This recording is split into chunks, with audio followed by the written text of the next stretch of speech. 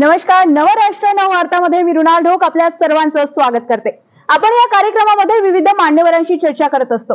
आज आपल्यासोबत निसर्ग सेवा समितीचे अध्यक्ष मुरलीधर बेलखोडे जोडलेले आहे. नमस्कार सर, नववार्तामध्ये आपले स्वागत आहे. नमस्कार.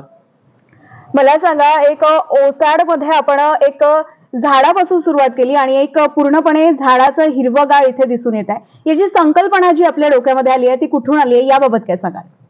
खरं तर पर्यावरणाच्या बाबतीमध्ये हे जर वृक्षांचं संरक्षण करण्याकरता लहानपणापासूनच बाळकडू माझ्या वडिलांकडून मला मिळालेलं आहे. आणि संपूर्ण, कारण वडील शेती करायचे, त्यामध्ये सोबत काम करायला जायचं. जेव्हा ऊन तापायचं तेव्हा झाड असं होतं की त्याच्याखाली आपल्याला विश्रांती घ्यायची संधी मिळत होती.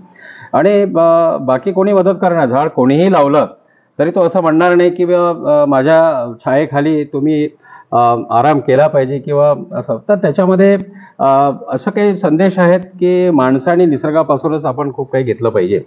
आज आपण बघतो की सर्वत्र अगदी वातावरण बघितलं, तापमान दिवसेंदिवस वाढत आहे आणि पर्यावरण संरक्षणामध्ये वृक्षाची फार महत्त्वाची भूमिका असतं. आणि तिथूनच आमचं कामाला सुरुवात झाली आहे. म्हणजे महाविद्यालयात माझं एक छोटंसं गाव आहे कोतेवाडा, शेती करायचे वडील. ग्रॅज्युएशन झाल्यानंतर मी बँकेमध्ये लागलो आहे. पण आपल्याला समाजासाठी काहीतरी करता आलं पाहिजे. विशेषतः माणसं वाचता आली पाहिजे. आपण बघतो आहेत की आणि जसं बाबा आमटे आहेत, डॉक्टर एस एस सुब्बाराव यांच्या संपर्कामध्ये आम्ही आलो. युवा कॅम्पमध्ये आम्ही जेव्हा जायचं तेव्हा आपण काहीतरी आपला जो वेळ असेल तो एक समाजाच्या कामासाठी दिला पाहिजे. आणि उपजतच मला पर्यावरणाविषयी आणि वृक्षांविषयी बरीचशी माहिती असल्यामुळे, माझं कॉमर्स ग्रॅज्युएट आहे, पण बॉटनिकल जे होतं संपूर्ण ज्ञान मला परंपरागत शेती वडील करत असल्यामुळे त्यामधूनच मला मिळालं आहे. आणि 1990 पासून या वृक्षारोपणाला वर्धेमध्ये सुरुवात करण्यात आली आहे. खूप काय सांगता येईल तुम्हाला याच्यामध्ये, पण लोकांमध्ये रुजवण्याचं काम आम्ही सुरुवात केलं आहे. आम्ही जेव्हा घर बांधतोय, आपलं घर बांधत असताना नॅचरल रिसोर्सेस आहेत, जे संसाधन जे आपण निर्माण करू शकत नाही, आणि त्या ठिकाणी आपण त्या प्लॉटवरचे झुडपं पण काढतो आहेत. तिथले काही जे बायोडायव्हर्सिटी म्हणतो ते आपण आपल्या घरामुळे नष्ट होते, ते आवश्यक पण आहे, जीवनावश्यकचा एक भाग आहे, आपण ते अवॉइड करू शकत नाही आहे.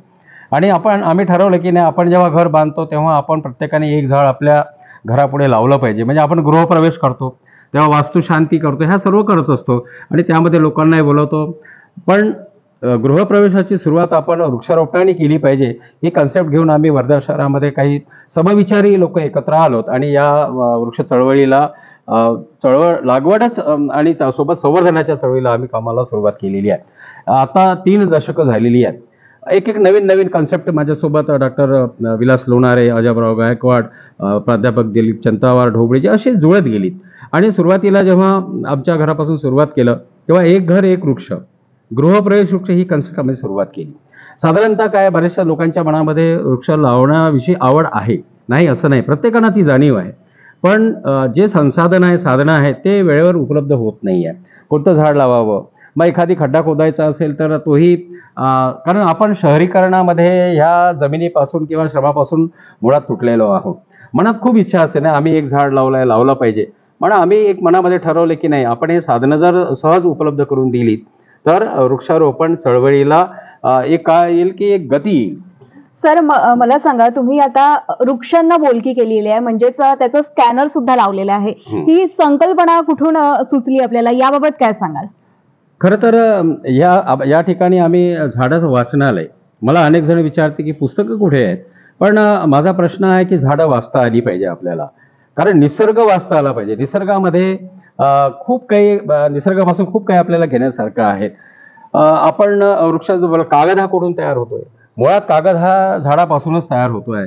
त्याचा पल्प तयार केला जातो आहे, त्याच्यानंतर ते कोरडं केलं जातं, प्रोसेस केलं जातं, कागद तयार होतो आणि त्या कागदावर लिहिलं जातं. लिहिल्यानंतर आपण परीक्षा देतो, आपण पास होतो. जे काही आपल्याला करायचं असेल तर कागद हा मूळ आहे, पण मुळात म्हटलं तर आपण झाड आहे आणि कागदावर लिहिलेलं आपण वाचतोय. वसंत आबाजी डहाकेची सुंदर कविता आहे की आपण झाडच वाचलं तर. आणि त्या कन्सेप्टमधून आपण या परिसरामध्ये ऑक्सिजन पार्क म्हणून जवळपास 11 एकरामध्ये आम्ही जे वृक्ष लावलेली आहेत, ते झाड बोलकं कसं होईल, त्याला QR कोड लावलेली आहे. कारण विद्यार्थ्यांमध्ये, नवीन पिढीमध्ये अगदी मोबाईलचं युग आहे, त्यामध्ये अँड्रॉइडचे मोबाईल त्यांच्यासोबत आहेत.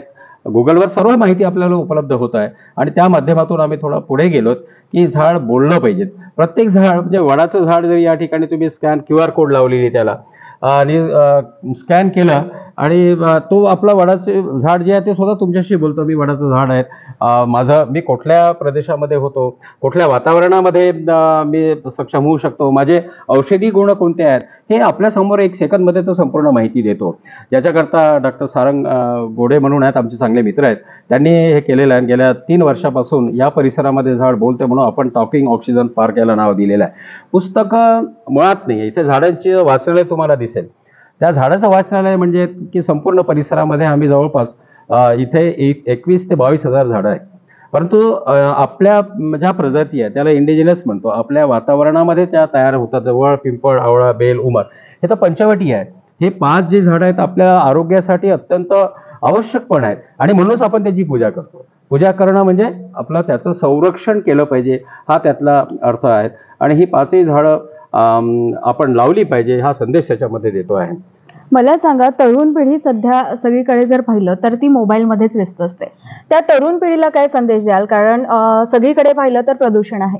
तर याबाबत काही तरुण पिढीला संदेश द्यायचा असेल तर काय द्याल?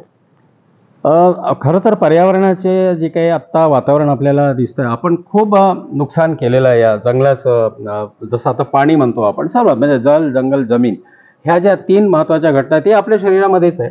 पंचतत्व ज्याला म्हणतो ते आपल्या सर्व शरीरामध्ये आहे, म्हणजे निसर्गामध्ये आहे. युवकांमध्ये मोबाईलचं जे म्हणण्यापेक्षा खरं तर त्याचा चांगल्या पद्धतीने उपयोग केला तर खरोखरच हे जीवनामध्ये त्याला अत्यंत आवश्यक असं म्हणता येईल. फक्त आपल्या हाती असताना आपण त्याचा कसा उपयोग केला पाहिजे हे त्यांनी त्याला ठरवायचं आहे. अनेक आता आपण जे झाडांचं वाचनालय म्हटलं, युवक या ठिकाणी आल्यानंतर प्रत्यक्ष त्याचा उपयोग करतात. म्हणजे इथे तर 80 प्रकारची विविध प्रजाती आहे, म्हणजे करू आहे, सरू आहेत, ब्रिठा आहे, बेहड आहे, हिरडा आहेत.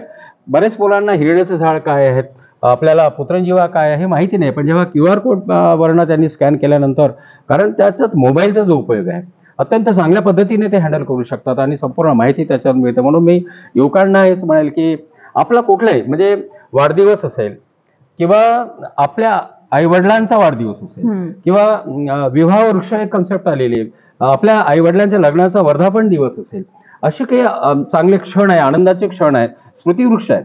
म्हणजे आपल्या घरचं जे काही आपल्याला मोठं करण्यामध्ये ज्यांचा आणि त्यांचा जर मृत्यू झाला असेल तर त्यांची आठवण कायमस्वरूपी राहावी म्हणून स्मृतिवृक्ष आहेत. आपल्याला जॉब मिळालेला आहे तर सेवा स्वीकृती वृक्ष पण आहे आणि आपण नाही आपल्या आयुष्यामध्ये लावलं असेल तर सेवा निवृत्ती पण वृक्ष लावू शकतो आपण. या परिसरामध्ये अशा पद्धतीचे अनेक कन्सेप्ट घेऊन आपण म्हणजे मला युवकांना हेच म्हणायचं आहे की कुठलाही आनंदाचा क्षण असेल, मला असं वाटतं की आयुष्यातला एक वाढदिवस आपण जगणार आहोत. कसं जगणार आहे हे सर्व माहिती आहे, पण निसर्गाने आपल्याला खूप भरून दिलेलं आहे. आपण किती त्याला पेमेंट केलं तरी आपण त्याची भरपाई करू शकत नाही पैशाच्या स्वरूपामध्ये. म्हणून माझं युवकांना, आजच्या पिढीला, आणि खरंच नवीन पिढी खूप सक्षम आहे, फक्त त्यांना योग्य दिशा दाखवण्याची गरज आहे. मी अनेकदा या ठिकाणी मुलं येतात, चित्रस्पर्धा होतं, KG पासून तर PG पर्यंत हजारो मुलं या ठिकाणी येतात. मी व्याख्यानमाला सुरुवात केलेली आहे केवळ आणि केवळ युवकांकरता, युवतींकरता. पोपटराव पवार या ठिकाणी येऊन गेले. पर्यावरणामध्ये ज्यांचं क्षेत्रामध्ये काम आहे, फक्त आपण त्यांना दिशा दाखविली पाहिजे. जे या क्षेत्रामध्ये काम करतात, अनेक लोक काम करतात, त्यांनी त्या युवकांना जर दिशा व्यवस्थित दाखवली तर मला वाटतं हे युवकच या पर्यावरणावर जे काही आज गरज आहे काळाची, ते नक्कीच त्याचा चांगला उपयोग करून घेतील असा माझा विश्वास आहे. कोणताही सण समारंभ किंवा एखादा वाढदिवस का होईना, पण एक वृक्ष लावून तो संवर्धन करण्याची गरज आहे आणि असंच मोलाचं मार्गदर्शन सरांनी युवकांसाठी केलेलं आहे. धन्यवाद सर, नवराष्ट्रासोबत आपण छानपैकी संवाद साधला यासाठी. आपले हे धन्यवाद. मला पर्यावरणाविषयी हे विचार युवकांपर्यंत नेण्याची जी काही संधी उपलब्ध करून दिली त्याबद्दल मी नवराष्ट्राचे तुम्हा सर्वांचे मनापासून आभार व्यक्त करतो. यानंतरही असेच कार्यक्रम बघण्यासाठी पाहत रहा नवराष्ट्र नववार्ता. मृणाल ढोक, वर्धा.